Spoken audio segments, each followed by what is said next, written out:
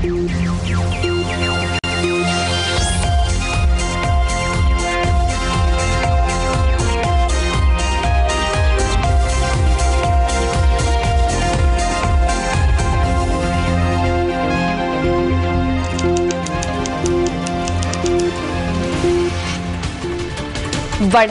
நேயர்களே, நீங்கள் இணைந்திருப்பது இலங்கையின் முதல் தர செய்தி வழங்குவரான நியூஸ் ஃபர்ஸ்ட் 8 மணி பிரதான செய்தி அறிக்கையுடன் உங்களுடன் நான் தனுஷியா ஞானசேகரன். விரிவான செய்திகளுக்குள் செல்லும் முன்னதாக முதலில் இன்றைய நாளுக்கான தலைப்புச் செய்திகள். ரயில்வே தொழிற்சங்கங்கள் இன்று நள்ளிரவு முதல் முன்னெடுக்கவிருந்த பணிப்பகிஷ்கரிப்பு தற்காலிகமாக கைவிடப்பட்டது. பஸ் சங்கங்கள் தொழிற்சங்க நடவடிக்கைக்கு செல்லும் அறிகுறி. நாளை முதல் மின்சாரம் துண்டிக்கப்பட மாட்டாது, அமைச்சர் ரவி தெரிவிப்பு. அது நடைமுறைக்கு சாத்தியமற்றது என்கின்றது தொழிற்சங்கங்கள். மின்சார மாஃபியா தொடர்பில் ராஜாங்க அமைச்சர் ரஞ்சன் ராமநாயக்க கருத்து. சட்டவிரோத கேபிள் இணைப்புகளை தடுக்கும் வகையில் யாழ் மாநகர சபையில் தீர்மானம் நிறைவேற்றம். நாமல் குமாரவுக்கு பாதுகாப்பு வழங்குங்கள், நீதிமன்றம் உத்தரவு. விரிவான செய்திகள். சம்பள பிரச்சினை உள்ளிட்ட பல்வேறு கோரிக்கைகளை முன்வைத்து ரயில்வே கண்காணிப்பு நடவடிக்கை பிரிவு அதிகாரிகள் மற்றும் ரயில் கண்காணிப்பு முகாமைத்துவ ஒன்றியம் ஆகியன இணைந்து முன்னெடுக்கவிருந்த பணி பகிஷ்கரிப்பு கைவிடப்பட்டுள்ளது. போக்குவரத்து அமைச்சர் அர்ஜுன ரணதுங்கவுடன் இடம்பெற்ற கலந்துரையாடலின் பின்னர் இந்த பணி பகிஷ்கரிப்பை கைவிட தீர்மானிக்கப்பட்டுள்ளது.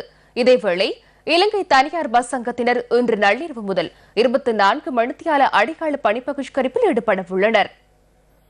அரசாங்கத்தினால் அறிமுகப்படுத்தப்பட்டுள்ள புதிய தண்டப்பணங்களுக்கு எதிர்ப்பு தெரிவித்து அடையாள பணி பகிஷ்கரிப்பில் ஈடுபட உள்ளனர். எனினும் பஸ் பணி பகிஷ்கரிப்பு தொடர்பில் தமக்கு அறிவிக்கப்படவில்லை என தனியார் பஸ் சங்கத்தின் தலைவர் தெரிவிக்கின்றார். உண்மையில் இந்த பணி பகிஷ்கரிப்பு தொடர்பில் எமக்கு அறிவிக்கப்படவில்லை. ஊடகங்கள் ஊடாகவே இதனை அறிந்து கொள்ள முடிந்தது. தொலைபேசியூடாக கலந்துரையாடும் போது இந்த பணி பகிஷ்கரிப்பில் ஈடுபட உள்ளதாக தெரிவித்தனர். எங்களுடன் கலந்துரையாடி தீர்மானம் மேற்கொள்வதற்கு காலம் போதாமல் இருந்ததாகவும் தெரிவித்தனர். புது வருடத்தின் பின்னர் பணி பகிஷ்கரிப்புக்கு பூர்ண ஒத்துழைப்பு வழங்குவதாக நாம் அவர்களுக்கு தெரிவித்தோம். இது தொடர்பில் எங்கள் சங்கம் இதுவரை எவ்வித தீர்மானமும் மேற்கொள்ளவில்லை. நீண்ட கால மின்சார கொள்வனவு தொடர்பான பிரேரணி ஒன்றை மின்சக்தி மற்றும் மீள்புதுப்பித்தல் சக்தி அமைச்சர் ரவி கருணாநாயக்க அமைச்சரவையில் இன்று சமர்ப்பித்தார். எனினும் அது தொடர்பில் மேலும் கவனம் செலுத்த வேண்டியுள்ளதாக தெரிவித்து இன்றைய தினம் பிரேரணி நிறைவேற்றப்படவில்லை. 21 நாட்கள் தொடர்ந்தும் அமுல்படுத்தப்பட்ட மின்வெட்டினால் மக்கள் அசௌகரியங்களை எதிர்நோக்கினர். எதிர்வரும் காலங்கள் OL AL பரீட்சை இருக்கின்ற காலகட்டம். எனவே இந்த காலகட்டத்தில் கூடுதலாக கல்வி கற்க வேண்டிய இந்த நிலையில் அவர்கள் கல்வி கற்காமல் வீட்டிற்குள் முடங்கி இருந்து நித்திரை கொள்ளுகின்ற பொழுது நிச்சயமாக கல்வி பின்னடைவை ஏற்படுத்துகின்றது. மின்சார இன்மையால், அதாவது பகல் இரவு பாராமல் பல பிரதேசங்களில் இரவு நேரங்களில் மின்சாரம் இல்லை, சில பிரதேசங்களில் மதிய நேரங்களிலே மின்சாரம் இல்லாமல் மக்கள் அன்றாடு பாதிக்கப்பட்டு கடை உரிமையாளர்கள் மற்றும் மீன் தொழில் செய்பவர்கள் பிரிட்ஜுகள் வீணாக போகின்றன, மீன்கள் அழிவடைகின்றன. பல விடயங்களை இந்த வடமாகாணத்தில் நடைபெற்று வருகின்றன. வியாபார நடவடிக்கைகளை மேற்கொள்கின்றவர்கள், பாடசாலை செல்லும் மாணவர்கள், அதே போன்று அனைவருமே இந்த விடயத்தில் மிகவும் பாதிப்படைந்து கொண்டிருக்கின்றார்கள். இந்த நல்லாட்சி அரசாங்கம் இதற்குரிய நடவடிக்கையினை மேற்கொள்ள வேண்டும். இல்லையில் தங்களால் அரசாங்கத்தினை கொண்டு செல்ல முடியாது. மக்களை இவ்வாறு அனாவசியமான முறையில் மக்களுக்கு சிரமங்களை ஏற்படுத்துவதை விடுத்து இவர்கள் அரசாங்கத்தை விடுத்து செல்ல வேண்டும் என்பதை கேட்டுக்கொள்கிறோம். மின்வெட்டு நாளை இரவு அமல்படுத்தப்பட்டதன் பின்னர் மீண்டும் மின்வெட்டை அமல்படுத்த வேண்டிய தேவையில்லை. குறைபாடுகளினாலேயே இந்த நிலைமை ஏற்பட்டது. 2 பிரிவுகளினூடாக மின்சாரத்தை உற்பத்தி செய்யும் செயற்பாட்டை நாம் முன்னெடுத்துள்ளோம். தற்காலிகமாக ஒரு நடவடிக்கையை முன்னெடுத்துள்ளோம். நிரந்தர மின் உற்பத்தி திட்டத்திற்கு 1.5 வருடங்கள் செல்லும். குறைந்த செலவில் முன்னெடுக்கும் திட்டமாகவே நாம் அந்த நடவடிக்கைகளை மேற்கொண்டுள்ளோம். இதுவரையில் செலவு செய்யப்பட்டதை விட குறைந்த விலைக்கு பெற்றுள்ளோம். 35-40 ரூபாவை அந்த செலவழித்தோம். அரைவாசி செலவையே மின்சார சபை தற்போது பெற்றுள்ளது.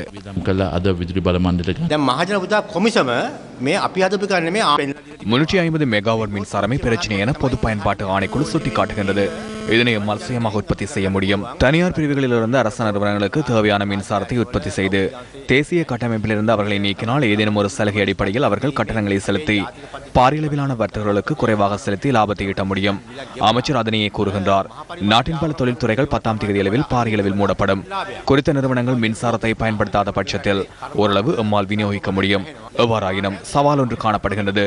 அந்த நிறுவனங்கள் 20ஆம் தேதி மீண்டும் ஆரம்பிக்கப்படும். தவிர்க்க முடியாத வெசாக் பண்டிகையும் வருகின்றது.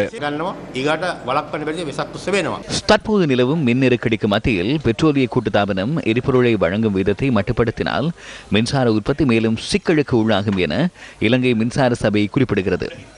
பெட்ரோலிய கூட்டுத்தாபனத்திற்கு செலுத்த வேண்டிய அதிக கடன் காரணமாக இவ்வாறான நிலை ஏற்படலாம் என மின்சார சபையின் சிரேஷ்ட அதிகாரி ஒருவர் கூறினார். நாட்டில் மின்சார மாஃபியா செயற்படுத்தப்படுவதாக இராஜாங்க அமைச்சர் ரஞ்சன் ராமநாயக்க இன்று பகிரங்கமாக கூறினார். பட்டகுடவின் மாஃபியாவே இங்கு உள்ளது. கடந்த காலத்திலும் நாம் இதனை கண்டோம். கடந்த காலத்திலும் மின்சாரம் துண்டிக்கப்பட்டது. கோப் குழுவின் ஒரு உறுப்பினர் என்ற வகையில் நான் இதனை கூறுகின்றேன். இங்கு மிக மோசமான மின்சார மாஃபியா இடம்பெறுகின்றது. மின்சார சபையில் இருந்தவர்களே மின்சார சபையிலிருந்து விலகிச் சென்று தனியார் பிரிவில் மின் பிறப்பாக்கிகளை தயாரித்துக் கொண்டு அதன் மூலம் இலங்கை மின்சார சபைக்கு மின்சார மாஃபியா ஊடாக மின்சாரத்தை விற்பனை செய்கின்றனர். இவர்களுக்கு ஏற்படும் நோய் தொடர்பில் கூற முடியுமா? புற்றுநோயா, வயிற்றோட்டமா அல்லது வெளியில் செல்லும் பொழுது இடிவிழுமா போன்ற நிலைமைக்கு புதுமையான மாஃபியா நிலவுகின்றது. பொதுமக்கள் இன்று எதிர்கொள்ளும் இந்த துயரங்கள் ஒன்று சேர்ந்து இவர்களுக்கு இடிவிலும் நிலைமை உருவாகும். இங்கு பழிவாங்கலே இடம்பெறுகின்றது. இங்கு அதிகார போட்டி நிலவுகின்றது. பட்டகுட தொடர்பில் கூறும் பொழுது கலாநிதி PhD என்றெல்லாம் கூறுகின்றனர். மனிதாபிமானம் இல்லாவிட்டால் அதில் எதிலும் பிரயோசனம் இல்லை. 21 நாட்களாக பல மணித்தியாலங்கள் மக்கள் இருளில். அரசாங்கத்தை பிரதிநிதித்துவப்படுத்துவோர் மின்சார மாஃபியா தொடர்பில் பேசுகின்றனர். இந்த பின்புலத்தில் பொது போக்குவரத்து ஊழியர்கள் பணி பகிஷ்கரிப்புக்கு தயாராகின்றனர். இறுதியில் இவை அனைத்தினாலும் பொதுமக்களே சிரமத்துக்கு உள்ளாகின்றனர். நாட்டு மக்கள் பிரச்சினையை எதிர்கொள்ளும் இவ்வாறான செயற்பாடுகளை தடுக்கும் வகையில் உலக பிரசித்தி பெற்ற தலைவர்கள் எடுத்த பல நடவடிக்கைகள் உதாரணங்களாக காணப்படுகின்றன. SIA விமானி ஒருவரை நான் சந்தித்தேன். எமக்கு இடையேயான தூரம் 5 அடியாக காணப்பட்டது. நான் மேலும் பலம் வாய்ந்தவனாகவும் அவர்களுக்கு சவால் விடுக்கக்கூடும் என்பதை புரிந்து கொள்வதற்கான சந்தர்ப்பம் ஒன்று அவர்களுக்கு கிட்டியது. அவர்களுக்கு நான் 2 மாற்று வழிகளை கூறினேன். 2 வாரங்களில் இதனை நிறுத்துமாறு நான் அவர்களுக்கு சந்தர்ப்பம் ஒன்றை வழங்கினேன். இதனை தொடர்ந்து நடைமுறைப்படுத்தினால் எனது அனைத்து அதிகாரத்தையும் பயன்படுத்தி நானும் அனைத்து சிங்கப்பூர் பிரஜைகளும் இணைந்து பாடம் ஒன்றை கற்றுத்தருவோம் என கூறினேன். அனைத்து விடயங்களையும் முதலில் இருந்து ஆரம்பிப்பதற்கு நான் தயாரானேன். இவற்றை நிறுத்துங்கள். மீண்டும் சேவைக்கு சமூகம் அளியுங்கள். முறையாக உங்களின் பிரச்சனைகளை முன்வையுங்கள். அவர்கள் அதற்காக 65 நிமிடங்களை பெற்றுக்கொண்டனர். இது போராடுவதற்கு உரிய தருணம் இல்லை என்பதை அவர்கள் புரிந்து கொண்டார்கள். ஏனெனில் தாம் தோல்வி அடைவார்கள் என்பதை அவர்கள் அறிந்திருந்தார்கள். எவருமின்றி எந்த ஒரு தருணத்திலும் விமான சேவையை என்னால் முன்னெடுக்க முடியும் என்பதை அவர்கள் அறிந்திருந்தார்கள். சிங்கப்பூரை நிர்வகிக்கும் எந்த ஒரு நபருக்கும் இரும்பை போன்ற பலம் இருக்க வேண்டும். இல்லாவிடின் கைவிட்டு விட வேண்டும். இது கார்டு விளையாட்டல்ல. இது உங்களினதும் எனதும் வாழ்க்கை தொடர்பான பிரச்சனையாகும். எனது ஆட்சியின் கீழ் எவருக்கும் இதனை வீழ்த்த முடியாது.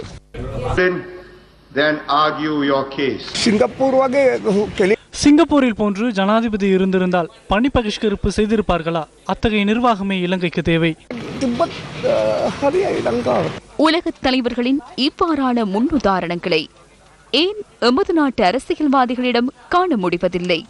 யாழ் மாநகர சபைக்குட்பட்ட பகுதிகளில் காணப்படும் சட்டவிரோத கேபிள் தூண்களை அகற்றப்படாமைக்கு எதிர்ப்பு தெரிவித்து இன்று சபையில் கண்டன தீர்மானம் ஒன்று நிறைவேற்றப்பட்டது. யாழ் மாநகர சபையின் இன்றைய அமர்வின் போது மாநகர எல்லைக்குட்பட்ட பகுதியில் சட்டவிரோத கேபிள் தூண்கள் காணப்படுகின்றமை தொடர்பில் கேள்வி எழுப்பப்பட்டது.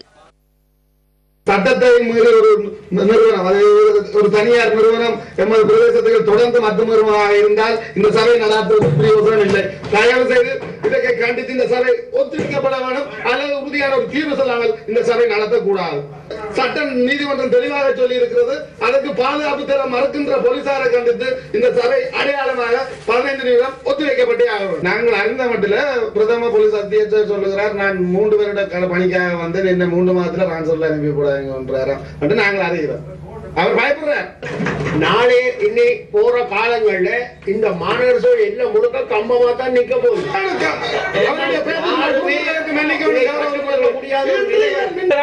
தீர்மானம் எடுக்கப்பட வேண்டும் என்று நான் முன்மொழிகின்றேன். அதை செய்து கொண்டு நாங்கள் அடுத்த கட்டத்தை யோசிப்போம்.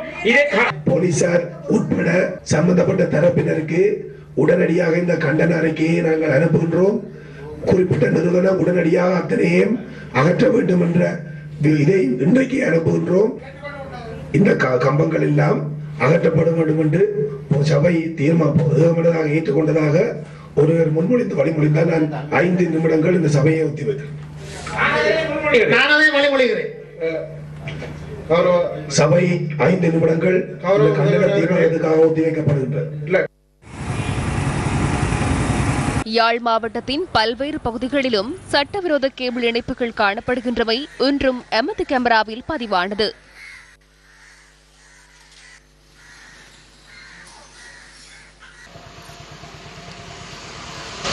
மின்சார கம்பங்களில் பொருத்தப்பட்ட சட்டவிரோத கேபிள் இணைப்புகள் காரணமாக கடந்த வருடம் மே மாதம் 23ஆம் தேதி யாழ்ப்பாணத்தில் 2 பரிதாபமாக உயிரிழந்தனர். கேபிள் இணைப்பிலிருந்து பரவிய மின்சாரம் தாக்கியதில் நெல்லியடி நாவலர் மடம் பகுதியைச் சேர்ந்த தந்தையும் மகனும் உயிரிழந்தனர். கேபிள் இணைப்பினூடாக மின்சாரம் தாக்கியதில் யாழ்ப்பாணம் ஆஸ்பத்திரி வீதியைச் சேர்ந்த 55 வயதான ராசநாயகம் லீலாவதி என்ற கடந்த வருடம் அக்டோபர் மாதம் வயோதிப பெண் ஒருவரும் உயிரிழந்தார். தேயிலை தோட்டங்கள் உரிய முறையில் பராமரிக்கப்படாமையால் தோட்ட தொழிலாளர்கள் குளவிக்கொட்டுக்கு இலக்காகும் சம்பவங்கள் இந்நாட்களில் அதிகரித்துள்ளன. ஹட்டன் திம்புலப்பத்தன போலீஸ் பிரிவின் ட்ரேடன் தோட்டத்தில் குளவிக்கொட்டுக்கு இலக்கான 21 தொழிலாளர்கள் வைத்தியசாலையில் அனுமதிக்கப்பட்டுள்ளனர். இந்த சம்பவம் இன்று முற்பகல் 11 மணியளவில் இடம்பெற்றுள்ளதுடன் குளவிக்கொட்டுக்கு இலக்கான அனைவரும் ஆண்கள் என எமது செய்தியாளர் குறிப்பிட்டார். இதேவேளை கொட்டகலை ட்ரேடன் தோட்டத்தில் 36 பெண் தொழிலாளர்கள் நேற்று குளவிக்கொட்டுக்கு இலக்காகி வைத்தியசாலையில் அனுமதிக்கப்பட்டனர். தோட்டத்தில் கொழுந்து பறித்துக் கொண்டிருந்த தொழிலாளர்களே நேற்று மாலை குளவிக்கொட்டுக்கு இலக்காகினர். இதேவேளை தேயிலை தோட்டங்கள் உரிய முறையில் பராமரிக்கப்படாமையே தாம் குளவிக்கொட்டிற்கு இலக்காவதற்கு காரணம் என தொழிலாளர்கள் குறிப்பிடுகின்றனர். பெருந்தோட்டத்தின் பல்வேறு பகுதிகளிலும் தேன் மற்றும் குளவி கூடுகளை அவதானிக்க முடிகின்றது.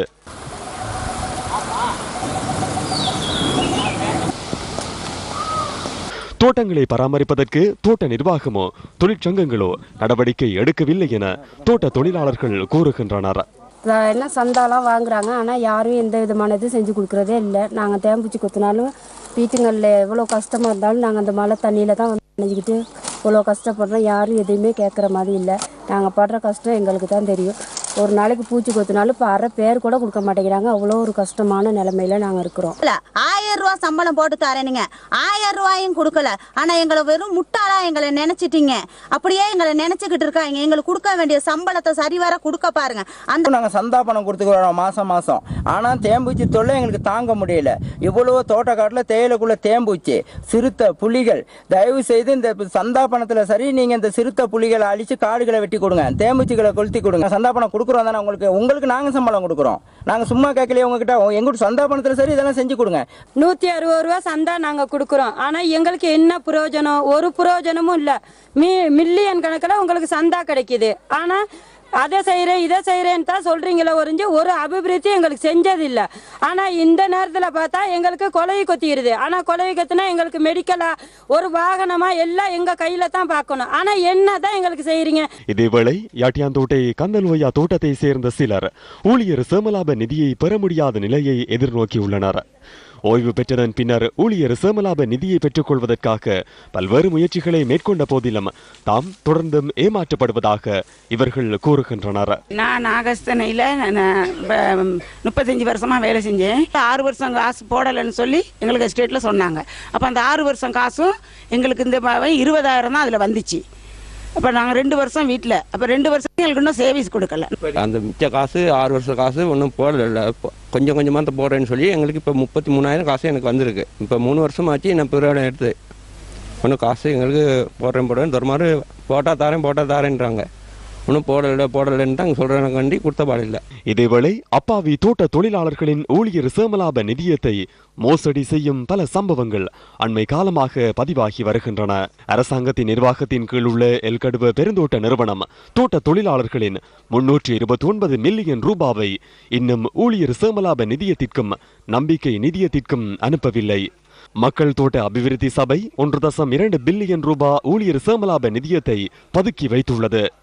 அரச பெருந்தோட்ட நிறுவனம் 1 பில்லியன் ரூபாவை ஊழியர் சேமலாப நிதியத்திற்கும் நம்பிக்கை நிதியத்திற்கும் செலுத்தவில்லை என தொழில் ஆணையாளர் நாயகம் ஏ விமலவீர 2017 ஆண்டு இறுதி பகுதியில் குறிப்பிட்டார். இது தொடர்பில் நாம் இன்று தொழில் திணைக்களத்திடம் வினவினோம்.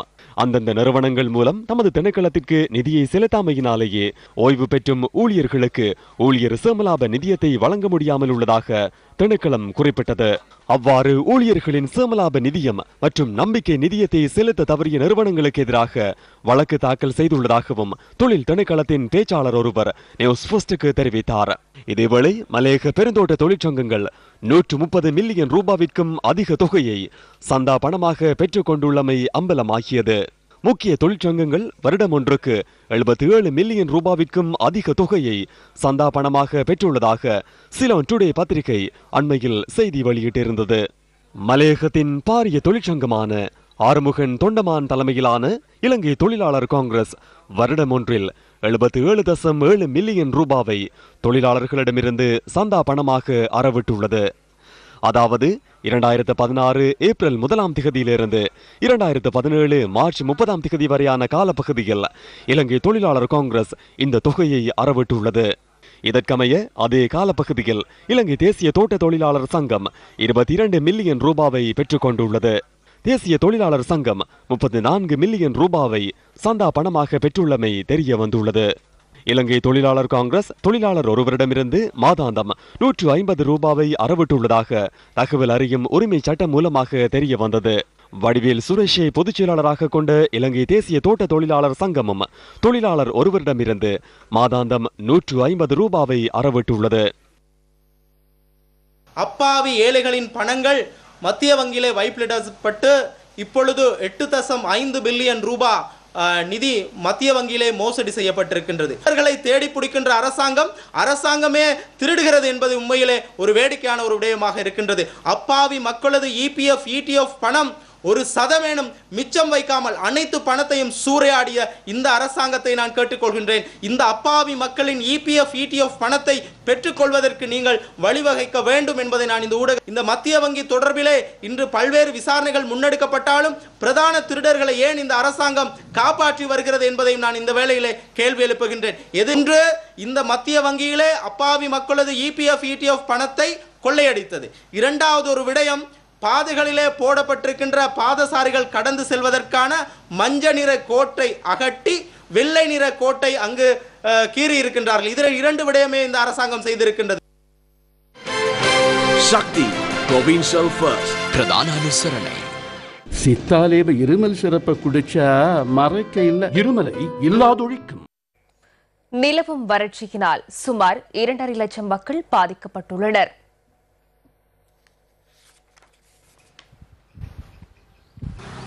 நிலவும் கடும் வறட்சி காரணமாக புத்தளம் மாவட்டத்தின் மரமுந்திரி செய்கையின் விளைச்சல் குறைவடைந்துள்ளது.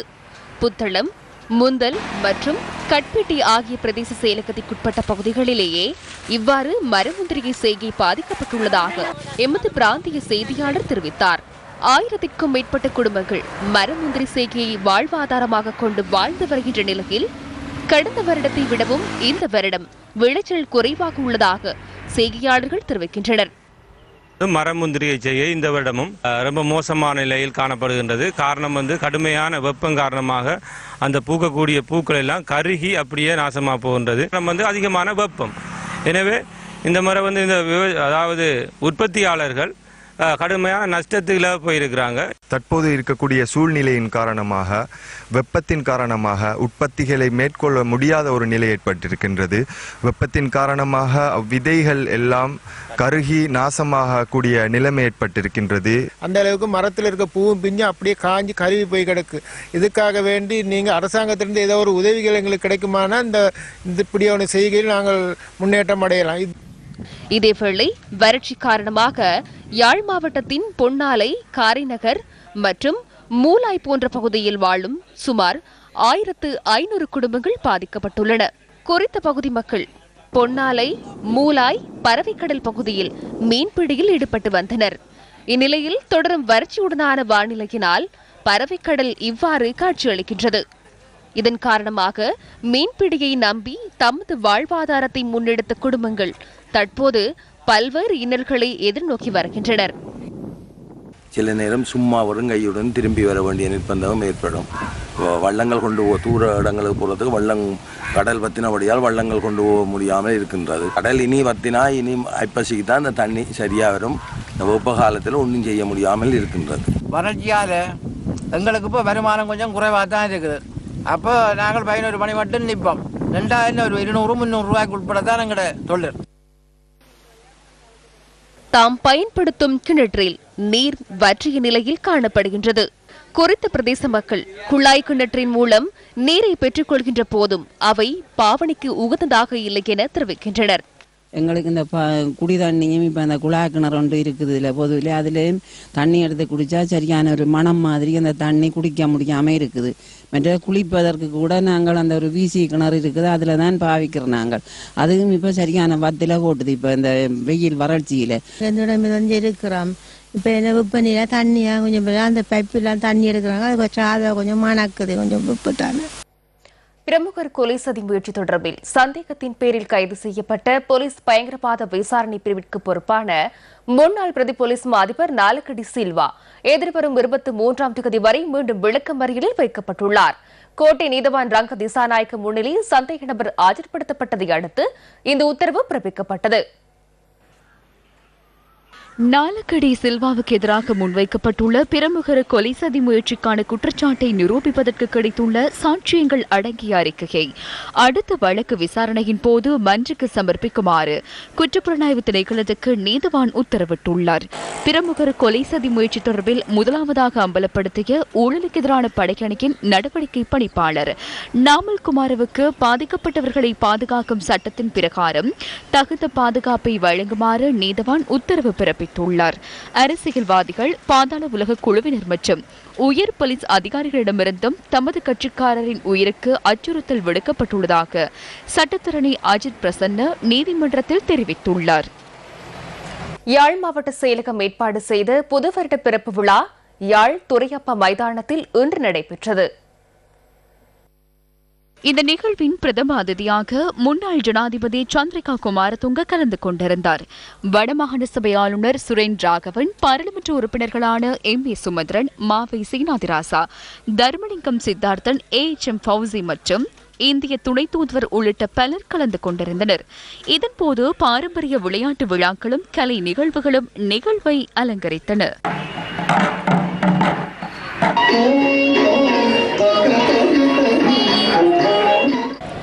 ஹிந்து சஹா சிங்கள அலுத் அவருது இம்முறை இவ்வாறு உங்களுடன் இணைந்து புது வருடத்தை கொண்டாடியமை நினைத்து மகிழ்ச்சி அடைகின்றேன். இவ்வாறு சகோதரத்துவத்துடன் முன்னோக்கி பயணிக்க முடியும் என்றால் நாட்டை அபிவிருத்தி பாதையில் கொண்டு செல்ல முடியும் என்பதை நான் நம்பிக்கையுடன் குறிப்பிடுகின்றேன். யுத்தத்தால் பாதிக்கப்பட்ட யாழ்ப்பாணத்தில் இவ்வாறு சகோதரத்துவத்தை வெளிக்கொணரும் வகையில் புத்தாண்டை கொண்டாடியதை எண்ணி நான் மகிழ்ச்சி அடைகின்றேன். யாழ்ப்பாணம் நிலாவரை பகுதியில் இடம்பெற்ற வெடி சம்பவத்தில் சிறுவன் ஒருவன் காயமடைந்துள்ளார்.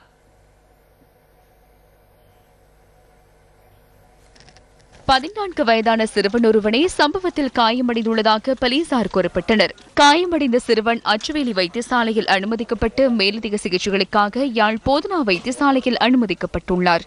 குறித்த சிறுவன் விளையாடிக் கொண்டிருந்த போது இன்று முற்பகல் 10 மணியளவில் இந்த அனர்த்தத்தை எதிர்நோக்கியுள்ளதாக போலீசார் கூறினர். சம்பவம் இடம்பெற்ற பகுதியில் தேடுதல் நடவடிக்கை முன்னெடுக்கப்பட்டுள்ளதாக போலீசார் குறிப்பிட்டனர். கைக்குண்டு ஒன்றை இவ்வாறு வெடித்திருப்பதாக சந்தேகிப்பதாக போலீசார் தெரிவித்தனர்.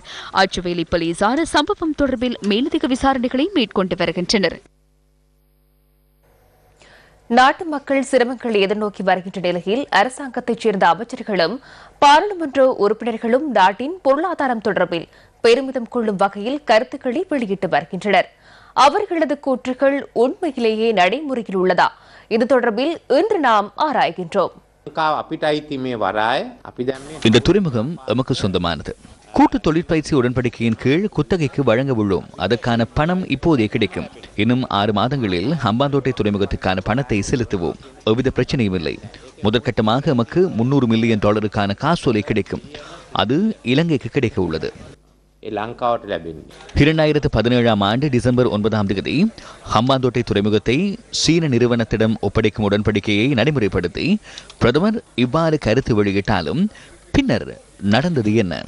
கடந்த வார இறுதியில் சண்டே டைம்ஸ் பத்திரிகை வெளியிட்ட செய்திக்கமைய ஹம்பாந்தோட்டை துறைமுகத்திற்கான கடன் தொகை துறைமுகங்கள் அதிகார சபையிலிருந்து திரைசேரியின் வங்கி கணக்குகளுக்கு மாற்றப்பட்டமை மாத்திரமே நிகழ்ந்துள்ளது.